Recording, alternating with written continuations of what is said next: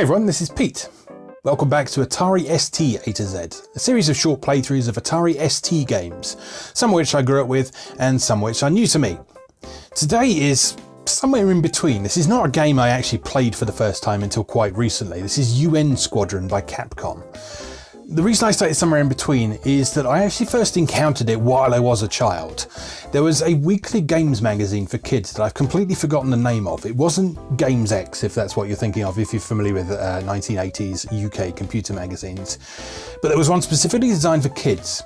And there was a comic strip as part of that magazine that was basically a similar sort of thing to what Nintendo did with its Nintendo Power. There was a kid who got sucked into video games, and each week's comic strip was themed after a particular game. And I remember vividly, for some reason, one of these series being based on Squadron. Now, in retrospect, the comic strip didn't actually have very much to do with the game, in that, as I recall, it didn't really involve any of the actual characters in it at all. But yeah, it still left quite an impression on me because I was quite interested in things like military flight simulators and fighter jets and that sort of thing at the time. So this comic strip left quite an impression on me at the time, but I somehow never got around to playing the actual game. So this was originally an arcade game by Capcom called Area 88 in Japanese arcades, and it was converted over to the West as Squadron. The home computer versions were handled by US Gold, and this was quite a common relationship to see in the late 8-bit and 16-bit era here in Europe. Now, this is quite a well-regarded game in its Super NES incarnation. The home computer versions didn't fare quite so well. In fact, ST Format magazine rated it as 46%, which is not very good, even by Games Magazine standards. And at the time, they believed that the topical nature of the game, i.e. it being set in the Middle East, was a bit worrying, they called it. In fact, they pretty much called it propaganda at the time, saying it was very self-righteous and that sort of thing. However, at the time, one thing worth bearing in mind is that a lot of the games media, and in fact a lot of the population in general, weren't terribly aware of a lot of Japanese media, so they weren't aware of anime and manga except in very specific circumstances. And the original Area 88 is actually based on a manga. And I believe, don't quote me on this, but I believe the actual original storyline was sort of less to do with today's conflicts and more a sort of epic fantasy conflict war story type thing that it just happened to involve real life military hardware. So let's take a look, shall we? Okay, so here we are with Squadron for the Atari ST. Originally developed by Capcom in 1989 and brought to home computers by US Gold in 1990. So, if you happen to see any weird flickering on the screen while we're playing this, this is down to this being, it's a dodgy pirate copy version, which means that it all fits onto one disc because pirates are a lot better at compressing files than sort of standard game developers were. Now, you can see immediately the Japanese influence in this, and in fact a lot of people did recognise the Japanese influence when they saw the graphics. They just didn't necessarily make the connection with the fact that this might have actually been based on an anime or manga. So, let's jump in. I'm not super familiar with this game generally, so I'm quite interested to give it a go. I know the Atari ST version is not going to be anywhere near as technically proficient as the Super NES version, as you can probably hear from that music at the minute. But we'll see how it goes. Okay, let's go with Shin Kazama in the Tiger Shark.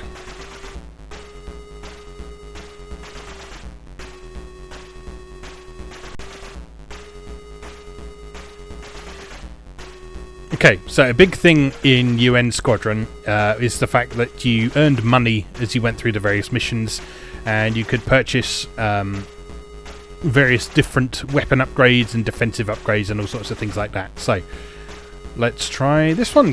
We got $3,000. And let's begin with a bit of psychedelic loading.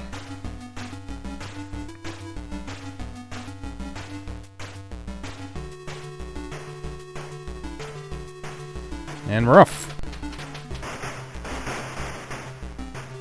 Now, one of the criticisms this game had back in the day, particularly from the ST Format review that I mentioned, is the fact that it's a bit choppy And that's a fair enough criticism, I think. If you sort of look at the actual frame rate it's going at, you sort of tap the joystick and you move quite a significant distance around the screen, which is not necessarily what you really want.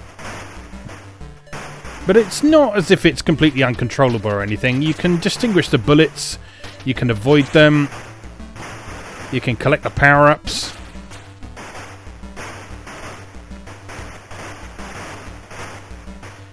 And I mean, like I say, so while it's not obviously on the same level as dedicated gaming hardware, the consoles, it's proficient enough. And for someone who only had access to home computers rather than dedicated gaming hardware, like my family did for quite a while until I got a Super NES, it's a proficient enough port. And this is from the age where we were quite accustomed to home ports of arcade games not being as good as the arcade version. So it's not like today where you can download an emulator and a ROM and have an absolutely arcade perfect experience at the push of a button. Although not quite so much these days, eh? But yeah, back in the day we were quite used to this sort of experience, where it was recognisable as the original source material, but just not quite as good. But we accepted that because we knew the limitations of the hardware at the time. We understood that we were never going to get something quite as good as the arcade. And in fact, that made those arcade games a bit more special because it was more of an occasion when you got a chance to go and see them. So I used to absolutely love going on holiday to the seaside with my parents when I was a kid. Just because here in the UK, the seaside is where you go to play arcade games. Sort of town centre arcades are not really a thing here. If you see an arcade in a UK town, especially now, it would tend to be nothing but slot machines. And that's no fun for a kid.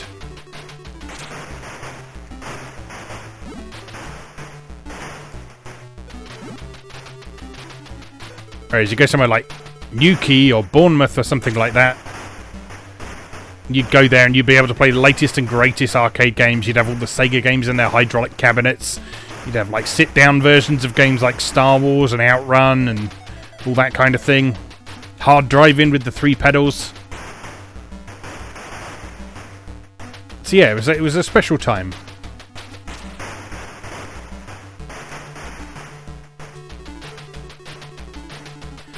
So yeah, so far this is not bad at all actually, because we've got some effects that you didn't necessarily see a lot of the time on the ST, like parallax scrolling. That was always a big deal whenever it happened.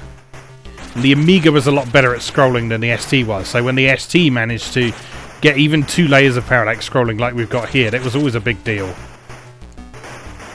You know, okay, it's a little choppy, it's not 60 frames a second or anything, but you've got the layers there. It's okay. It's not bad.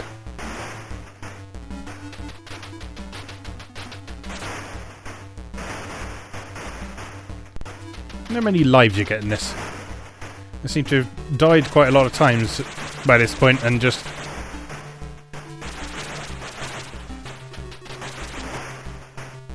don't seem to be being penalised for it.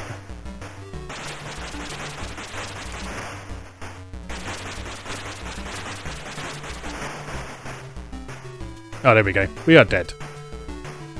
Didn't really see any lives indicator on the screen while I was playing that, though. Oh well. Let's have another go at that. That's actually pretty fun. It's a competent enough shoot 'em up.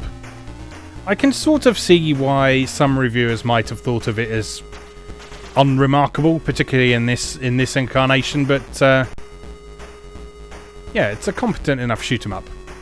And what you have to remember is during this period in computer and video game history, we had a lot of shoot 'em ups.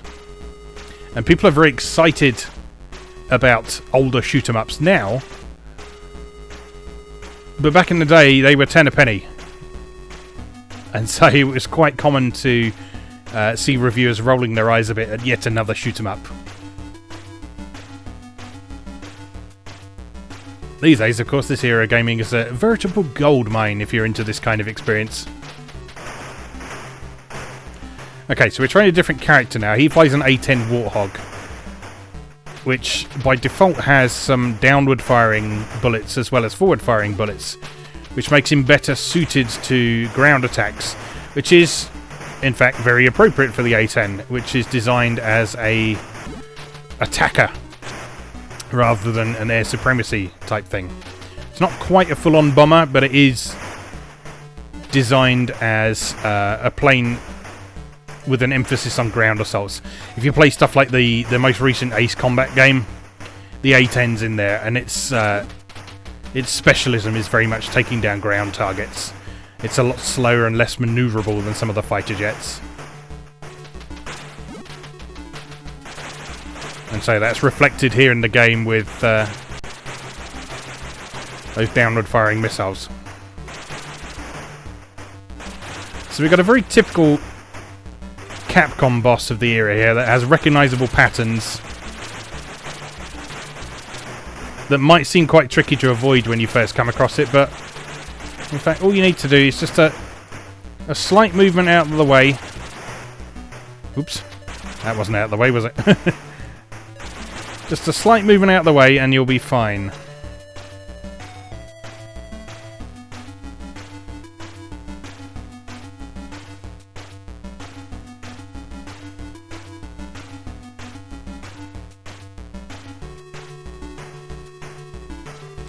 Right, we do seem to have a special weapon. Not having the manual to hand, I'm not entirely sure how you set it off, but in most games like this, it would tend to be something like the spacebar, so we'll give that a try in the next mission, see if we can trigger that somehow.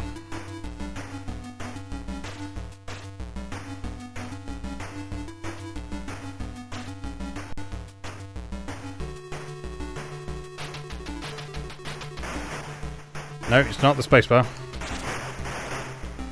It's not the number 1 for player 1 either. I don't know. Oh, I see. It's just tapping the fire button instead of holding it. Oh, that's quite good. That's yet another way that we get around the old one-buttoned restriction that we've talked a bit about in a few previous games. So again, for the unfamiliar, this era of computer gaming, controllers only had one button because they were based on the old Atari 2600 joysticks using the same connection, and that only had the circuitry to process one button input. And so in the case of arcade games where more than one button was necessary, like this one for firing special weapons and normal weapons, developers had to come up with various creative ways of solving that problem. Right, I think I see why we didn't get a lives readout. Because if you look, when we die, it goes straight to continue, so you don't actually have lives in this. You just have that energy bar at the bottom. And when that runs out, you have to continue. And there's evidently only a limited number of continues on this, as there were in most arcade ports of the time. Unfortunately, if you're holding down the fire button, you just don't see how many credits you got left. So I'm just going to keep tapping for now rather than holding it down.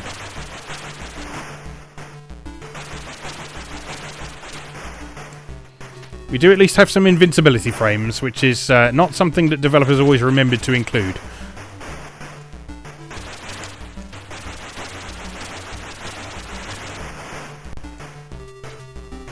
It doesn't actually say how many credits we've got left even then, do we?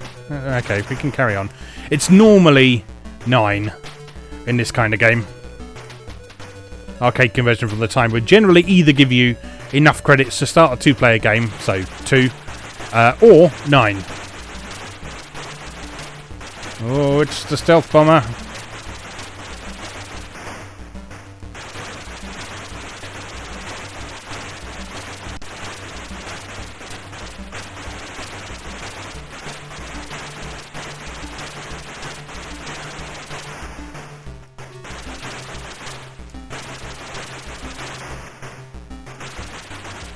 Again, we've got a clear pattern to follow here. This is classic Capcom.